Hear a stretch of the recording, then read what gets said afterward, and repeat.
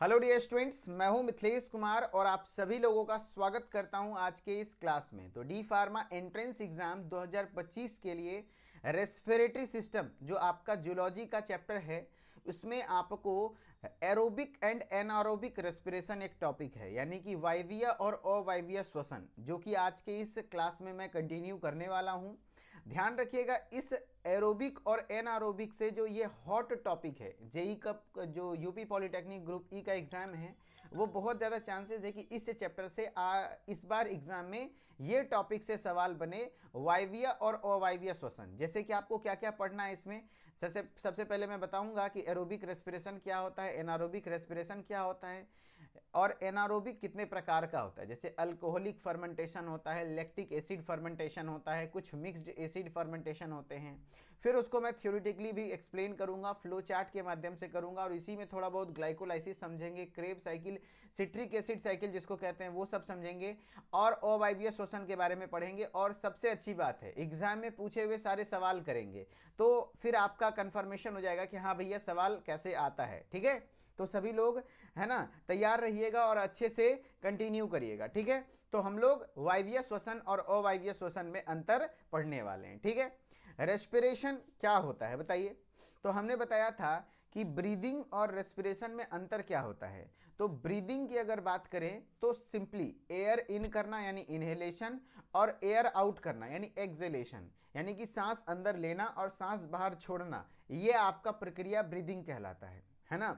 लेकिन रेस्पिरेशन क्या कहलाता है, तो ये एक ऑक्सीडाइजिंग अभिक्रिया है, रिएक्शन है, जिसमें कि कुछ एनर्जी प्रोड्यूस होते हैं। जैसे क्या, रेस्पिरेशन में आप कह सकते हैं कि यहाँ एक ऑक्सीजन से अभिक्रिया करने के बाद आपका एनर्जी प्रोडक्शन होता है, या तो ऑक्सीजन नहीं भी होगा फिर भी एनर्जी बनता है। जैसे आप पढ़े होंगे कि आपका जो ग्लूकोज है, मैं यहाँ पे एक रिएक्शन लिख रहा हूँ, C6H12O6, ठीक है, ये ग्लूकोज है। ग्लूकोज का जब ऑक्सीजन से अभिक्रिया होता है तो सबसे पहले ये CO2 बनाता है, उसके बाद वाटर बनाता है, और उसके बाद ATP बनाता है, पता होगा। Yes, done. तो ये तो हो गया एरोबिक रेस्पिरेशन। रेस्पिरेशन के लिए, इफेक्टिव रेस्पिरेशन के लिए ऑक्सीजन की जरूरत होती है, ऑक्सीजन रहेगा तो ATP ज़्यादा बनेगा। लेकिन कुछ जीव ऐसे हैं जिसमें एनारोबिक रेस्पिरेशन होता है। एनारोबिक यानी अवायवीय श्वसन, यानी कि ऑक्सीजन के अनुपस्थिति में भी ग्लूकोज टूट करके एनर्जी बनाता है, लेकिन उसके साथ साथ कुछ बाय प्रोडक्ट बनाता है। ठीक है, तो उसके वजह से अलग अलग तरीके के रिएक्शंस होते हैं। जैसे कि इंसानों में भी कई बार एनारोबिक रेस्पिरेशन देखने को भी मिलता है, तो इन सब चीज़ों को देखने वाले हैं। तो रेस्पिरेशन बेसिकली यही मेथड है कि जब ग्लूकोज ऑक्सीजन से रिएक्ट करता है और CO2 H2O प्लस ATP बनाता है, तो ये आपका रेस्पिरेशन कहलाता है। अब रेस्पिरेशन दो प्रकार का होता है, एक है एरोबिक रेस्पिरेशन, जिसको हम लोग हिंदी में वायवीय श्वसन कहते हैं। क्या कहते हैं? वायवीय श्वसन कहते हैं। ठीक है, और एनारोबिक रेस्पिरेशन यानी कि अवायवीय, है ना, अवायवीय, है ना, अवायवीय श्वसन कहते हैं। ठीक है, अवायवीय श्वसन कहते हैं एनारोबिक रेस्पिरेशन। यहां पर ऑक्सीजन रहेगी, उपस्थित है, उपस्थिति में, और ये ऑक्सीजन की अनुपस्थिति में। और खास बात है कि एग्जाम में सवाल एनारोबिक रेस्पिरेशन से ज्यादा पूछे जाते हैं आपके एग्जाम में, तो एनारोबिक को थोड़ा बढ़िया से पढ़ना है। ठीक है, एरोबिक रेस्पिरेशन क्या होता है, ऑक्सीजन की उपस्थिति में होगा। अच्छा, ऑक्सीजन की उपस्थिति में एनारोबिक रेस्पिरेशन अगर होता भी है तो कहां पर होता है बताइए। तो आप पढ़े होंगे माइटोकॉन्ड्रिया में एनर्जी का प्रोडक्शन होता है ना। तो ये माइटोकॉन्ड्रिया में होता है, इसीलिए तो माइटोकॉन्ड्रिया को हम लोग power house of the cell भी कहते हैं, power house of the cell. अभी से पहले आपने कभी ना कभी जरूर सुना होगा कि माइटोकॉन्ड्रिया को power house of the cell कहते हैं। क्या कहते हैं? Power house of the cell कहते हैं। कारण क्यों कहते हैं power house of the cell? कोशिका का ऊर्जा गृह। कारण क्योंकि माइटोकॉन्ड्रिया में ऊर्जा का निर्माण हो रहा है, सेलुलर रेस्पिरेशन प्रोसेस होता है। लेकिन कब? जब ये एरोबिक रेस्पिरेशन हो, है ना। लेकिन कई बार आप सुने होंगे कि प्रोकैरियोट्स, कुछ कुछ बैक्टीरियाज वगैरह में भी, कुछ बैक्टीरियाज वगैरह में भी, यानी कि जो जितने भी प्रोकैरियोटिक सेल है उसको बैक्टीरियल सेल कह सकते हैं। तो कुछ प्रोकैरियोटिक जीव हैं जिसमें कि आपके एरोबिक रेस्पिरेशन होते हैं। तो आपका सवाल बनना चाहिए, सर प्रोकैरियोटिक में माइटोकॉन्ड्रिया तो आप बोले हैं नहीं होता है। गुड, नहीं होता है, तो फिर उसमें एरोबिक रेस्पिरेशन कैसे होता है? तो ये सवाल एक बार आपके एग्जाम में पूछा गया था कि एरोबिक रेस्पिरेशन अगर जो अगर जो प्रोकैरियोटिक में होता है तो कहां पर होगा, उसमें तो माइटोकॉन्ड्रिया है नहीं, तो वहां पर एक मीजोजोम नाम का स्ट्रक्चर है। क्या है? मीजोजोम नाम का स्ट्रक्चर है, जो सेल मेम्ब्रेन का ही इनफोल्डिंग स्ट्रक्चर होता है। इस तरीके से जैसे सेल मेम्ब्रेन है तो सेल मेम्ब्रेन में ही एक इनफोल्डिंग स्ट्रक्चर बन जाता है, जिसको हम लोग मीजोजोम कहते हैं, जहां पर एरोबिक रेस्पिरेशन होता है। खास करके बैक्टीरियाज वगैरह में, बैक्टीरियल सेल में, जो भी बैक्टीरियल सेल या prokaryotic cell aerobic respiration perform करता है, वहां पर ये मीजोजोम स्ट्रक्चर उसका हेल्प करता है। यानी कि सीधा सीधा जो एग्जाम में सवाल बनेंगे वो पूछ रहा हूं। बताओ भैया, एरोबिक रेस्पिरेशन यूकैरियोटिक सेल में कहां पर होता है? तो माइटोकॉन्ड्रिया में। जबकि प्रोकैरियोटिक सेल में कहां होता है? तो मीजोजोम में। Good, done. चलो अब आते हैं एनारोबिक रेस्पिरेशन। अच्छा, एरोबिक रेस्पिरेशन में क्या होता है? तो ग्लूकोज जब ऑक्सीजन से अभिक्रिया करता है तो CO2 वाटर और ATP बनाता है। गुड। और कितना ATP? तो आपको हमने बता रखा है कि आपके 36 ATP का निर्माण, 36 ATP का निर्माण होता है। कब? अगर प्रोकैरियोटिक सेल है तो 38 ATP, 38 ATP ध्यान रखना। लेकिन अगर जो यूकैरियोटिक सेल है तो 36 ATP, है ना, 36 ATP बनता है ना। तो आपको ये चीजें ध्यान रखना है। अब एनारोबिक रेस्पिरेशन यानी अवायवीय रेस्पिरेशन की बात करें तो अवायवीय रेस्पिरेशन में आपको जो मेन है वो एक है अल्कोहलिक फर्मेंटेशन और लैक्टिक एसिड फर्मेंटेशन, यानी कि किण्वन। इसको हिंदी में कहते हैं किण्वन, फर्मेंटेशन को कहते हैं किण्वन। और एक होता है मिक्स्ड एसिड, जो कि आपके सिलेबस में नहीं, इससे सवाल नहीं बनेंगे। मेन है लैक्टिक एसिड और अल्कोहलिक। अल्कोहलिक फर्मेंटेशन और लैक्टिक एसिड फर्मेंटेशन क्या होता है? तो सबसे पहली बात तो फर्मेंटेशन समझिए। फर्मेंटेशन को हिंदी में किण्वन कहते हैं। किण्वन मतलब क्या होता है? किण्वन का मतलब होता है कि जब भी रेस्पिरेशन होगा, ऊर्जा बनेगा, लेकिन ऑक्सीजन के अनुपस्थिति में, ऑक्सीजन वहां पर नहीं है, तो उस प्रक्रिया को, है ना, एनारोबिक रेस्पिरेशन का एक एग्जांपल है फर्मेंटेशन, किण्वन, है ना। जैसे आपका दाल घर में रखा हुआ है ना, दाल में खट्टा हो जाता है तो कहते हैं किण्वन, क्योंकि उसमें जो माइक्रोब्स पैदा हुआ और वो अवायवीय श्वसन कर लेता है, जिस वजह से वो दाल को खट्टा कर देता है ना। तो वो किण्वन प्रक्रिया हो गया, ठीक है। अब एक ऐसा किण्वन है जहां अल्कोहल बन जाता है, जहां पर अल्कोहल का निर्माण हो जाता है, शराब। जैसे कि शराब का निर्माण कैसे होता है? ईस्ट के द्वारा। आपको पता होगा कि ईस्ट के मदद से अल्कोहलिक फर्मेंटेशन कराया जाता है, यानी कि ईस्ट जो एक फंगाई है उसके मदद से आपका वहां पर अल्कोहल का निर्माण होता है। तो ऐसा किण्वन जहां पर बाय प्रोडक्ट के रूप में अल्कोहल बने, है ना, तो उसको हम लोग क्या कहते हैं? Alcoholic fermentation. और ऐसा रिएक्शन, ऐसा एनारोबिक रेस्पिरेशन यानी ऐसा फर्मेंटेशन जहां पर बाय प्रोडक्ट के रूप में लैक्टिक एसिड बने, उसको हम लोग लैक्टिक एसिड फर्मेंटेशन कहते हैं। एग्जाम्पल में जान लीजिए, लैक्टिक एसिड फर्मेंटेशन हम ही लोग में होता है। जैसे मान लिया जाए कि आपके पैर का मांसपेशी जो पीछे वाला होता है, जिसको काफ मसल कहते हैं, उसमें कई बार आपको दर्द एहसास होता होगा। अगर आप हैवी एक्सरसाइज कर लें, या फिर मान लीजिए आप बहुत सुंदर सी कोई लड़की जा रही थी, है ना, और उसको कुछ बोल दिए, मन में कंट्रोल नहीं हुआ, कुछ बोल दिए, जाहिर सी बात है कि वो आपको खोल के चप्पल मारेगी, है कि नहीं? मारेगी। और चप्पल तो आप मार खाएंगे नहीं, भागेंगे, और भागते भागते भागते रहेंगे, और वो चिल्ला चिल्ला के सबको बता देगी, सब मिल के आपको दौड़ाएगा, तो आप पूरा अपना जी जान लगाकर वहां से भागेंगे। एम आई राइट? गुड। तो वहां से भागने में ही फायदा है। भागने तक तो ठीक है, क्योंकि भागने के दौरान आपके शरीर में बहुत ज्यादा क्या होगा? आपके शरीर में बहुत ज्यादा एनर्जी बनना चाहिए, है ना, और वो एनर्जी के लिए ऑक्सीजन चाहिए, और प्रॉपर आप सांस ज्यादा ले रहे हैं लेकिन फिर भी ऑक्सीजन का डिमांड फुलफिल नहीं हो पा रहा है, तो ऐसा तो नहीं है एनर्जी बनना बंद हो जाएगा, नहीं। तो उस कंडीशन में आपके पैर के मांसपेशियों पे ज्यादा जोर पड़ता है। पैर का जो काफ मसल होता है, पीछे वाला, पैर के पीछे जो मांसपेशियां होता है जिसमें जकड़न होता है, तो वहां पर क्या होता है कि जो वो मांसपेशियां हैं उस समय पे वो बहुत ज्यादा एनर्जी का जरूरत पड़ता है, वहां पर खर्च होता है, क्योंकि उस पर ज्यादा जोर पड़ रहा है भागने के दौरान। तो वहां पर क्या होता है कि आपका जो ग्लूकोज है बिना ऑक्सीजन के मतलब ऑक्सीजन नहीं है, ऑक्सीजन कम है, फिर भी वो टूट रहा है, और टूटने के फलस्वरूप एटीपी तो बनता है। एक तो पहली बात बहुत कम एटीपी, मात्र 2 एटीपी बनेगा, लेकिन बाय प्रोडक्ट के रूप में लैक्टिक एसिड का निर्माण करता है। और ये लैक्टिक एसिड जब आपके पैर में जम जाता है ना, तो आपके पैर में दर्द का एहसास होता है, फिर आपका पैर जकड़ने लगता है पूरा, एकदम से आपको दर्द एहसास होता है। भागने टाइम तो आपको पूरा एकदम मस्त लगा के भाग लिए, लेकिन बाद में आपको याद आता है कि काश ऐसा गलती नहीं किए होते। तो इसीलिए सड़क पे कभी भी ऐसा कोई छेड़खानी वाला काम मत कीजिएगा, है ना। समझ रहे हैं? Very good. तो अभी वन बाय वन हम लोग पढ़ेंगे। पहले तो मैं इतना सारा जो लेक्चर दिया इसका सवाल क्या क्या बनेगा ये बताइए। तो हम पूछ रहे हैं आपसे, बताइए भैया कि जो प्रोकैरियोटिक सेल है उसमें एनारोबिक एरोबिक रेस्पिरेशन कहाँ पर होता है? प्रोकैरियोटिक सेल में एरोबिक रेस्पिरेशन कहाँ पर होता है बताइए? प्रोकैरियोटिक सेल में एरोबिक रेस्पिरेशन कहाँ पर होता है? तो मीजोजोम में होता है। Very good. यूकैरियोटिक सेल में कहाँ होता है? तो माइटोकॉन्ड्रिया में होता है। एनारोबिक रेस्पिरेशन में अल्कोहलिक फर्मेंटेशन कहाँ होता है बताओ? अल्कोहलिक फर्मेंटेशन किस में होता है? तो ईस्ट में। जबकि लैक्टिक एसिड फर्मेंटेशन कहाँ होता है? तो हमारे शरीर के खास करके स्केलेटल मसल्स में, है ना, स्केलेटल मसल्स जो कि आपके हड्डियों से जुड़ी मांसपेशियां होती हैं, है ना। Very good. इस तरीके से आपने सवाल किया और अब हम लोग वन बाय वन देखते हैं किसमें क्या होता है। ठीक है, कह रहा है श्वसन के प्रकार। श्वसन दो प्रकार के होते हैं, एक है वायवीय श्वसन जिसको एरोबिक रेस्पिरेशन कहते हैं, वह प्रक्रिया जिसमें श्वसन क्रियाधर यानी कि रेस्पिरेटरी सबस्ट्रेट का ऑक्सीकरण ऑक्सीजन की उपस्थिति में होता है और CO2 H2 एवं ऊर्जा बनता है।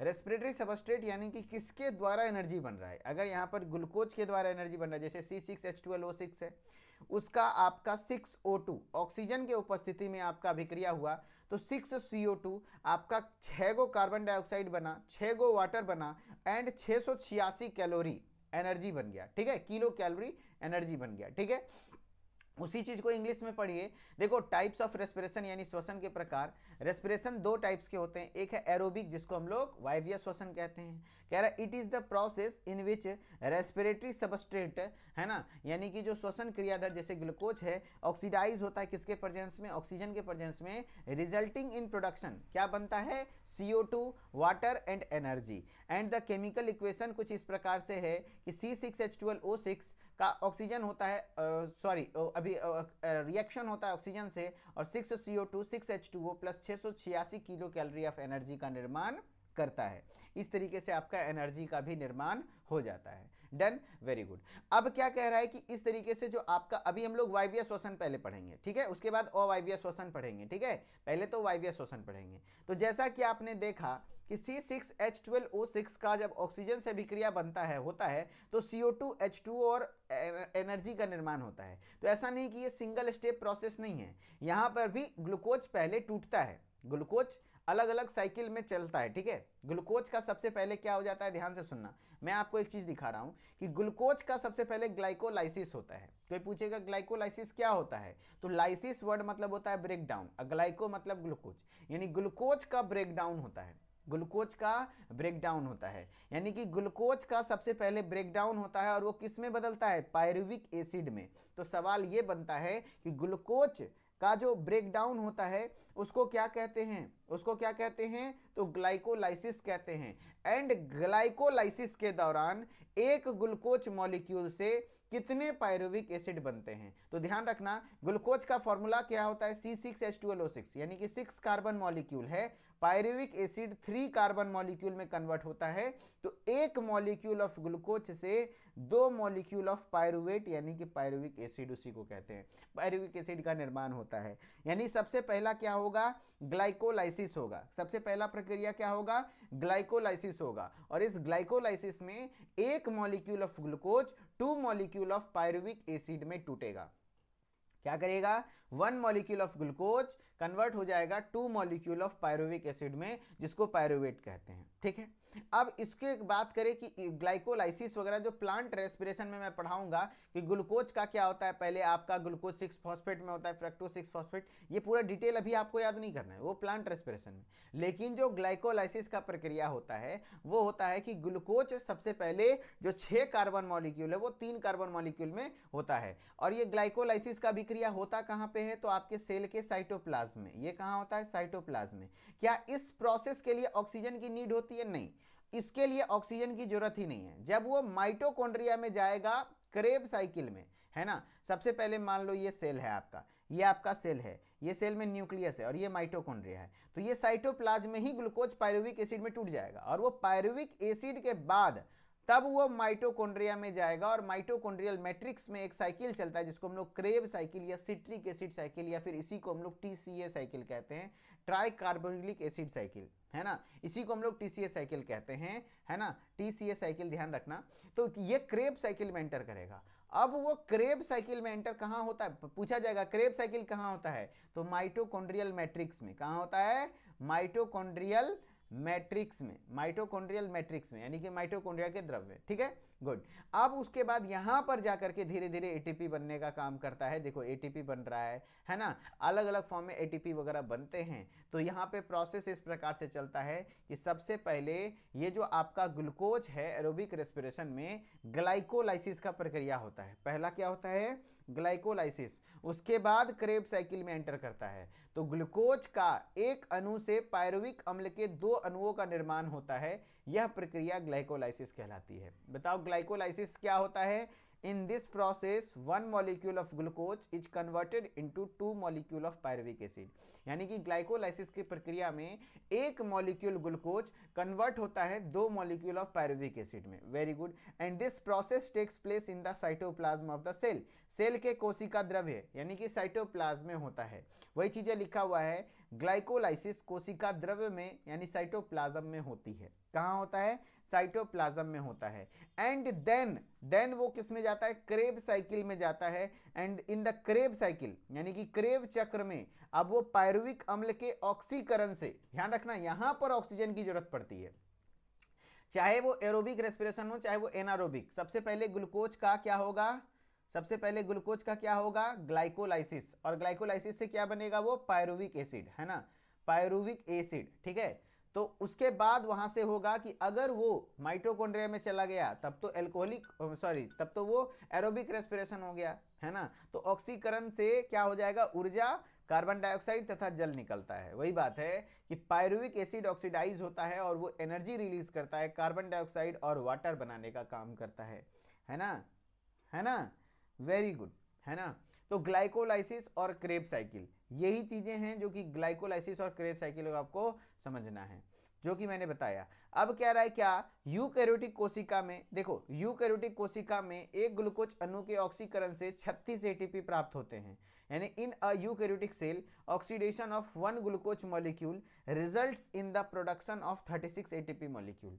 यानी कि यूकैरियोटिक कोशिका में ग्लूकोज के एक अणु से, है ना, ग्लूकोज के एक अणु से कितना होता है, 36 एटीपी प्राप्त होते हैं। कितने एटीपी प्राप्त होते हैं बताइए, 36 एटीपी। जबकि प्रोकैरियोटिक कोशिका में ग्लूकोज के एक अणु से ऑक्सीकरण से कितने होते हैं, 38 एटीपी। वही लिखा, in a prokaryotic cell the oxidation of 1 glucose molecule results in the production of 38 molecules.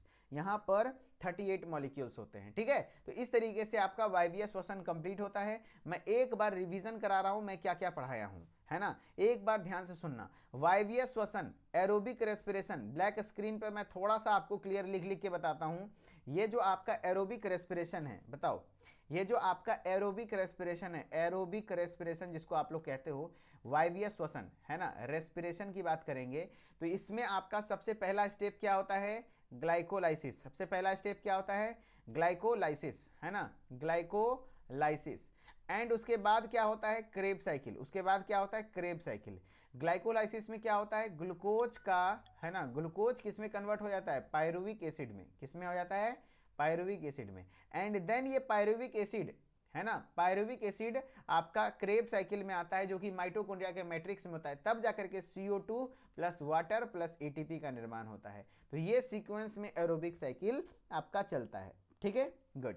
अब हम लोग पहले एनारोबिक पढ़ते हैं, उसके बाद क्वेश्चन करेंगे तो और क्लियरिटी आएगी कि किस प्रकार से सवाल बनेंगे। पहले मैं थोड़ा थोड़ा सवाल पूछता हूं, आप लोग बताना।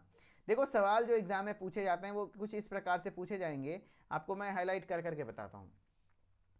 आप हमें बताइए वायवीय श्वसन में, वायवीय श्वसन में क्या क्या, वायवीय श्वसन यानी एरोबिक रेस्पिरेशन में किस किस चीज का निर्माण होता है, किस किस चीज का। तो सबसे पहले तो CO2 का, वाटर का प्लस एनर्जी का। गुड।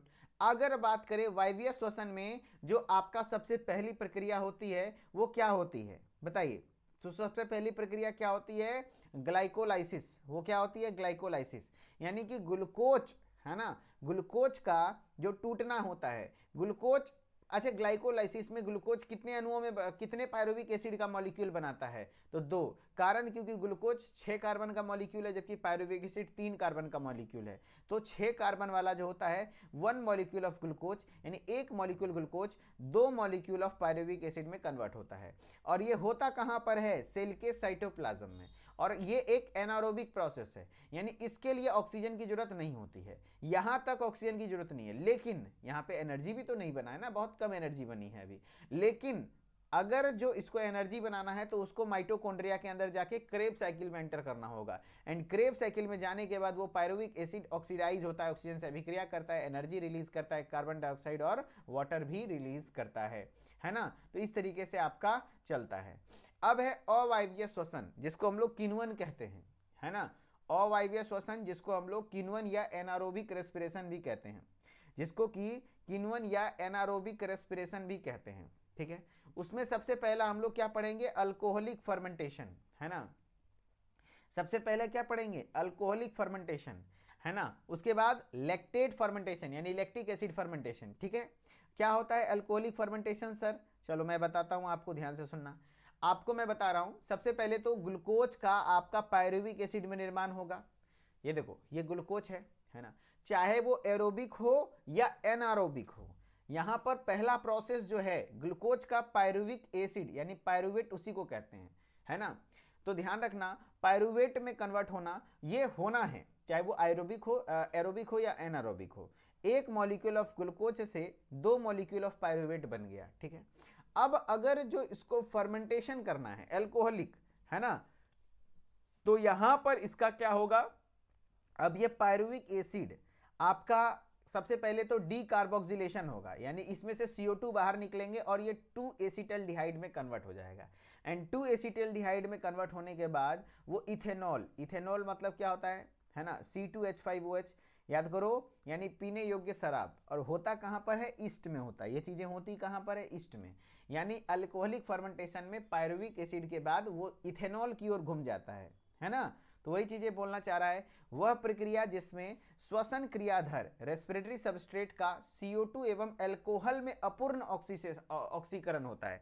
देख रहे हो, अपूर्ण ऑक्सीकरण यानी कि पूर्ण रूप से नहीं हो रहा है ना। और CO2 और अल्कोहल बन रहा है।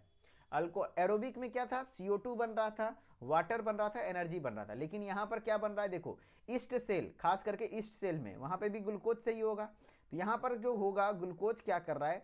जो ईस्ट सेल में ग्लूकोज है वो CO2 बना रहा है, इथेनॉल बना रहा है। देखो, 2 molecule of carbon dioxide plus ethanol बनाया और मात्र 56 किलो कैलोरी एनर्जी, देख रहे हो। और जबकि वहां पर एरोबिक रेस्पिरेशन में कितना किलो कैलोरी था? देखो 686। तो यहाँ बहुत ज्यादा एनर्जी बनता है, यहाँ पे एनर्जी बहुत कम बनता है अवायवीय श्वसन में, ठीक है। और ये चीजें होती हैं सूक्ष्म जीवों में, यह प्रक्रिया किण्वन कहलाती है। यानी कि अगर जो माइक्रोब्स, जिसको आप माइक्रोस्कोप में देखते हैं, उसमें अगर ये प्रक्रिया होगी तो उसको किण्वन कहते हैं, यानी फर्मेंटेशन कहते हैं।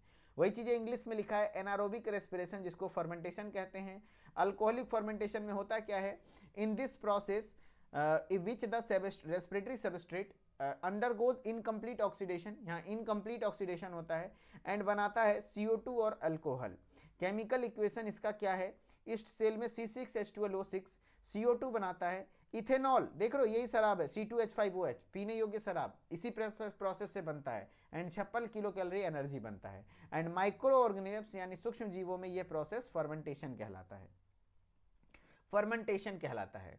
अब हम लोग बात करते हैं क्या? Lactate fermentation. किसकी बात कर रहे हैं? लैक्टेट फर्मेंटेशन, जिसको हम लोग लैक्टिक एसिड फर्मेंटेशन कहते हैं, है ना, लैक्टिक एसिड फर्मेंटेशन। तो यहां पे भी जो प्रोसेस होगा, सबसे पहले देखो ग्लूकोज का पायरुविक एसिड में कन्वर्जन हुआ है ना। ग्लूकोज पायरुविक एसिड में कन्वर्ट हुआ है ना, देखो हुआ है, गुड। अब ये ग्लूकोज जब लैक्टिक एसिड में पायरुवेट में कन्वर्ट हुआ, तो अब इस पायरुवेट पर लैक्टेट डिहाइड्रोजिनेज नाम का एंजाइम काम करता है और उसको लैक्टेट बना देता है, यानी लैक्टिक एसिड का निर्माण करता है। और लैक्टिक एसिड बनने के दौरान मात्र 2 ही ATP का निर्माण होता है, 2 ही ATP का निर्माण होता है। तो एनर्जी कम बना, और खास करके आपके शरीर के, है ना, जो आपके स्केलेटल मसल्स होते हैं उसमें होता है कोरी साइकिल, उसको कहते हैं, कोरी साइकिल के माध्यम से ये चीजें होती हैं। तो ये पायरुवेट, ध्यान रखना, लैक्टेट डिहाइड्रोजिनेज एंजाइम के प्रेजेंस में लैक्टेट मतलब क्या कहते हैं, लैक्टिक एसिड का निर्माण करता है ना, जैसे कि आपको मांसपेशियों में दर्द होता है, ठीक है। तो इस तरीके से आपका लैक्टेट फर्मेंटेशन वगैरह था। अब आपको सवाल करना है, पहले तो मैंने जो पढ़ाना था पढ़ा दिया, ठीक है। अब आपको प्रीवियस ईयर क्वेश्चन में जो पूछे हुए सवाल हैं, है ना, पूछे हुए सवाल हैं वो आपको खुद करना है। बताओ, ये PYQ है, PYQ है, कह रहा है इन एरोबिक रेस्पिरेशन, है ना, the combustion of food occurs in presence of which gas, यानी वायवीय श्वसन में भोजन का दहन कौन सी गैस की उपस्थिति में होता है। बताइए, वायवीय श्वसन में किसका उपस्थिति होता है, नाइट्रोजन, ऑक्सीजन, कार्बन डाइऑक्साइड या अमोनिया। सभी सारे बच्चे आंसर करेंगे, है ना, वेरी गुड। आंसर क्या हो जाएगा, ऑक्सीजन। आंसर क्या हो जाएगा, ऑक्सीजन। एरोबिक रेस्पिरेशन में जो फूड का कंबस्टन होता है वो किस गैस के प्रेजेंस में होता है, एरोबिक ऑक्सीजन की उपस्थिति में होता है। इन एनारोबिक रेस्पिरेशन मसल्स प्रोड्यूस, अवायवीय श्वसन में मांसपेशियां उत्पन्न करती हैं। जो हमारी मांसपेशियां हैं वो क्या बनाती हैं, बताइए। हमने बताया था हमारी मांसपेशियों में जो एनारोबिक रेस्पिरेशन होता है उसके फलस्वरूप, है ना, दर्द होता है ना, तो किसकी वजह से, लैक्टिक एसिड की वजह से। तो सिट्रिक एसिड क्या, no, lactic acid, acetic acid या ऑक्जेलिक एसिड। तो वेरी गुड, बहुत बढ़िया आंसर कर रहे हैं, लैक्टिक एसिड, है ना। हमारे जो मांसपेशियां हैं, है ना, तो वहां पर जो अवायवीय श्वसन होता है उसके फलस्वरूप आपका लैक्टिक एसिड बनता है। क्या बनता है, लैक्टिक एसिड, जिस वजह से आपको दर्द का एहसास होता है। फिर है what type of respiration is found in red blood cell, RBC में किस प्रकार का रेस्पिरेशन होता है, ये भी तो कोशिका है ना। और ध्यान रखिएगा आरबीसी में न्यूक्लियस नहीं होता है, न्यूक्लियस भी नहीं होता है और माइटोकॉन्ड्रिया भी नहीं होता है, पता होना चाहिए, माइटोकॉन्ड्रिया भी नहीं होता है। आरबीसी में न्यूक्लियस भी नहीं होता है, माइटोकॉन्ड्रिया भी नहीं होता है यूकैरियोटिक सेल। बताओ क्या होता है, आरबीसी में न्यूक्लियस नहीं होता है और माइटोकॉन्ड्रिया भी नहीं होता है। तो माइटोकॉन्ड्रिया नहीं है तो एरोबिक नहीं होगा, है ना, एरोबिक नहीं होगा, होगा एनारोबिक रेस्पिरेशन, है ना, एनारोबिक रेस्पिरेशन होता है, यानी अवायवीय श्वसन होता है ये आरबीसी में, ठीक है। फिर है which of the following is produced during anaerobic respiration, निम्नलिखित में से कौन सा वायवीय श्वसन के दौरान उत्पन्न होता है। बताइए, वायवीय श्वसन के दौरान क्या उत्पन्न होता है ना, बताइए। वायवीय श्वसन के दौरान ऑक्सीजन बनता है, नहीं, ऑक्सीजन तो यूज होता है, ऑक्सीजन नहीं बनता है। Carbon dioxide, ethanol, lactic acid, बताइए क्या होता है। तो वायवीय श्वसन का इक्वेशन लिखो, C6H12O6, है ना। उसके बाद क्या होता था, ऑक्सीजन यूज होता था, CO2 बनता था, है ना, प्लस वाटर बनता था और ATP बनता था। तो यहाँ ऑप्शन के अकॉर्डिंग ऑक्सीजन तो नहीं होगा, हाँ कार्बन डाइऑक्साइड बन रहा है, चाहे वो वायवीय हो चाहे अवायवीय हो, दोनों चीज बनता है ना, है ना, वेरी गुड, है ना, बहुत बढ़िया। नेक्स्ट है where does glycolysis occurs in the cell, यानी ग्लाइकोलाइसिस कोशिका में कहाँ होता है, ग्लाइकोलाइसिस कोशिका में कहाँ पर होता है, बताइए। ग्लाइकोलाइसिस कोशिका में कहाँ पर होती है, where does glycolysis occurs in the cell, यानी कोशिका में ग्लाइकोलाइसिस की प्रक्रिया कहाँ पर होती है, माइटोकॉन्ड्रिया में, न्यूक्लियस में, साइटोप्लाज्म में या एंडोप्लाज्मिक रेटिकुलम। तो ग्लाइकोलाइसिस की प्रक्रिया माइटोकॉन्ड्रिया, नाभिक, कोशिका द्रव्य, एंडोप्लाज्मिक रेटिकुलम कहाँ होता है, बताइए। तो बहुत बढ़िया आंसर कर रहे हैं, सी, साइटोप्लाज्म में होता है। वेरी गुड, वेरी गुड, बहुत बढ़िया आंसर कर रहे हैं।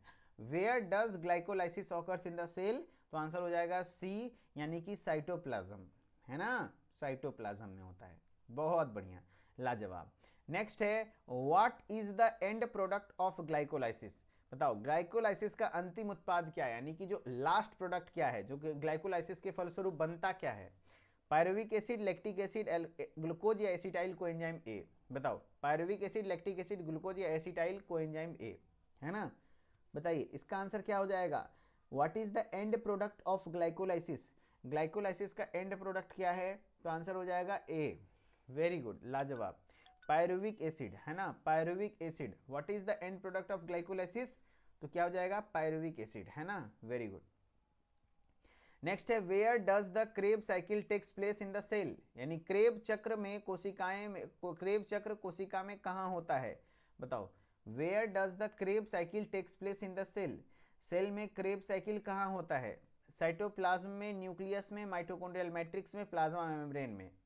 क्रेब साइकिल कहाँ पर होता है, सेल में, सेल में क्रेब साइकिल कहाँ होता है, तो हमने बता रखा है कि क्रेब साइकिल माइटोकॉन्ड्रियल मैट्रिक्स यानी माइटोकॉन्ड्रिया के द्रव्य में, है ना, मैट्रिक्स में होता है, माइटोकॉन्ड्रियल मैट्रिक्स में होता है। Very good. तो ओवरऑल यही था कुछ सवाल एरोबिक और एनारोबिक रेस्पिरेशन पर, और आपको मैंने सवाल कराए। मैंने क्या क्या पढ़ाया बताइए। सबसे पहले मैंने श्वसन बताया, रेस्पिरेशन दो टाइप, एरोबिक एनारोबिक, है ना, और एरोबिक के बारे में, वायवीय श्वसन के बारे में बताया कैसे क्या होता है नहीं होता है। लेकिन उसके बाद अल्कोहलिक फर्मेंटेशन यानी अवायवीय का एक टाइप है अल्कोहलिक, और उसके बाद लैक्टेट फर्मेंटेशन भी बताया, और उससे रिलेटेड सवाल करवाया जो आपके एग्जाम में सारे PYQs थे। तो इस प्रकार के सवाल को अगर प्रैक्टिस करते हैं तो काफ़ी हेल्प मिलेगा, और एग्जाम में प्रीवियस ईयर क्वेश्चन आपके रिपीट होते हैं। तो इसलिए मैं लाइव क्लासेस जो ऐप पर चलती हैं, डेली लाइव क्लासेस चलती हैं, उसमें मैं PYQ ऐसा कोई क्लास नहीं जिसमें प्रीवियस ईयर क्वेश्चन को नहीं ऐड करता हूं। मैं आपके डी फार्मा का एंट्रेंस एग्जाम प्लस बिहार का जो डी फार्मा का एंट्रेंस एग्जाम होता है प्लस BSc नर्सिंग का एंट्रेंस एग्जाम, जितने भी पैरामेडिकल के एंट्रेंस एग्जाम है, उन सभी के PYQs की बात करता हूं जो कि आपके लेवल पर बात करते हैं। और नीट के भी कुछ प्रीवियस ईयर क्वेश्चन जो थोड़ा सा ईजी लेवल का होता है वो भी आपका कॉपी कर लेता है जेई कप, है ना। तो घबराने की जरूरत नहीं है, ठीक है। Okay, thank you so much, बहुत बहुत धन्यवाद, तहे दिल से शुक्रिया। बाकी जो लोग क्या कहते हैं इस लेक्चर को लास्ट तक देख रहे हैं, कैसा लगा क्लास कमेंट में जरूर बताइएगा। और जो लोग मेरे इंस्टाग्राम से जुड़ना चाहते हैं, मिथिलेश सर ऑफिशियल मेरा इंस्टाग्राम आईडी है, वहाँ पर भी मोर देन 9000 फार्मा एस्पिरेंट्स हमारे साथ कनेक्टेड है। तो अगर आप फार्मा फील्ड से अपडेटेड रहना चाहते हैं तो आप हमारे इस इंस्टाग्राम के द्वारा भी कनेक्टेड रह सकते हैं। Okay, thank you so much, फिर मिलेंगे नेक्स्ट क्लास में। Okay, bye bye.